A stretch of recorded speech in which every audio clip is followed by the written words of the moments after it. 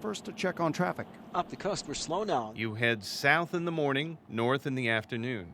The landscape is I-15 and its gauntlet of exit signs, which mark the time it takes you to get to work in San Diego or home to Temecula.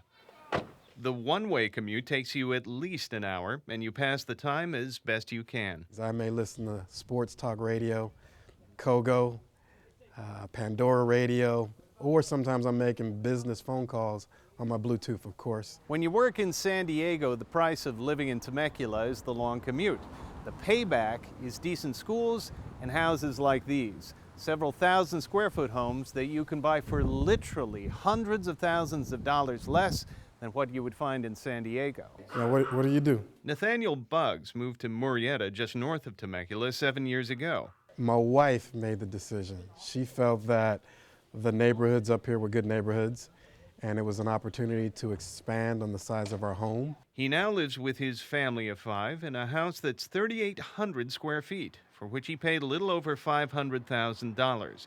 He thinks the same home in San Diego County would have been at least $300,000 more. Let's say if you wanted to live in San Diego and you wanted to live in northeast San Diego County. Russ Vallone, CEO of Market Point Realty Advisors, says the home price difference that has driven San Diego workers to live in Riverside County is still a huge motivation.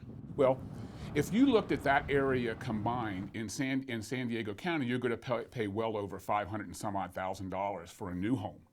If you go into West Riverside County, you can buy that same size detached home for the mid-200,000s. But the forces that have made the Temecula area a bedroom community for San Diego are showing signs of change. For one thing, the high cost of gas has substantially reduced the affordability of the commute. And then there's the effort to actually keep workers in Temecula. Morris Myers runs the economic development group that serves the area. He says about 68% of the people in the region commute elsewhere to work, the vast majority of them heading south to San Diego.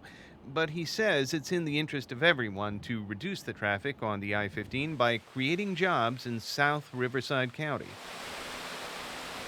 Not try and take companies from San Diego County and bring them to Riverside County, but to have them when they grow, when they need satellite companies, satellite locations and things like that, to think in terms of moving up here so that their employees that were already here wouldn't necessarily have to commute. The part of the Temecula area workforce that stays in town from 9 to 5 may work at Abbott Vascular, which makes stents, or International Rectifier, a maker of computer chips.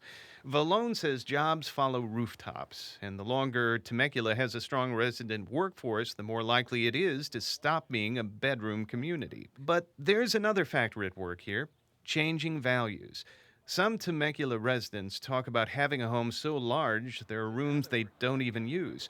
Others add up the time they spend on the road that they don't spend with their families.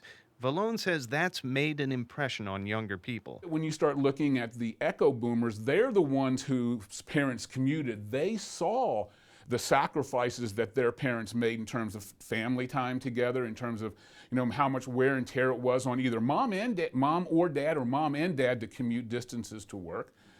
I don't think they're going to be as willing to do it. One family whose story illustrates that change of heart is the Coburns. Native San Diegans Roger, Lisa, and their son Kyle had moved to Hemet, just east of Temecula, when Roger's construction planning job drew them there during the housing boom.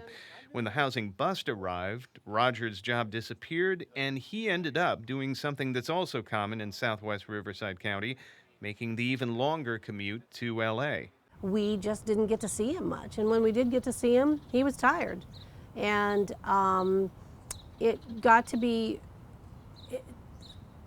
school conferences, I had to do all on my own, sports I had to do all on my own, and it really got to be hard on the family. But Roger eventually found a job in San Diego. So the Coburns left their 2,500 square foot house and moved back to the 1,000 square foot house they still owned in University Heights.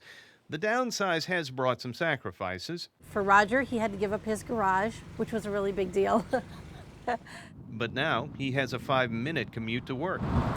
What a difference, be able to come home at lunch, eat, and maybe even turn on, watch the news or whatever for a few minutes versus 2.5 hours of driving. For San Diego workers, the choice is clear: a house in San Diego or a house in Temecula and everything in between.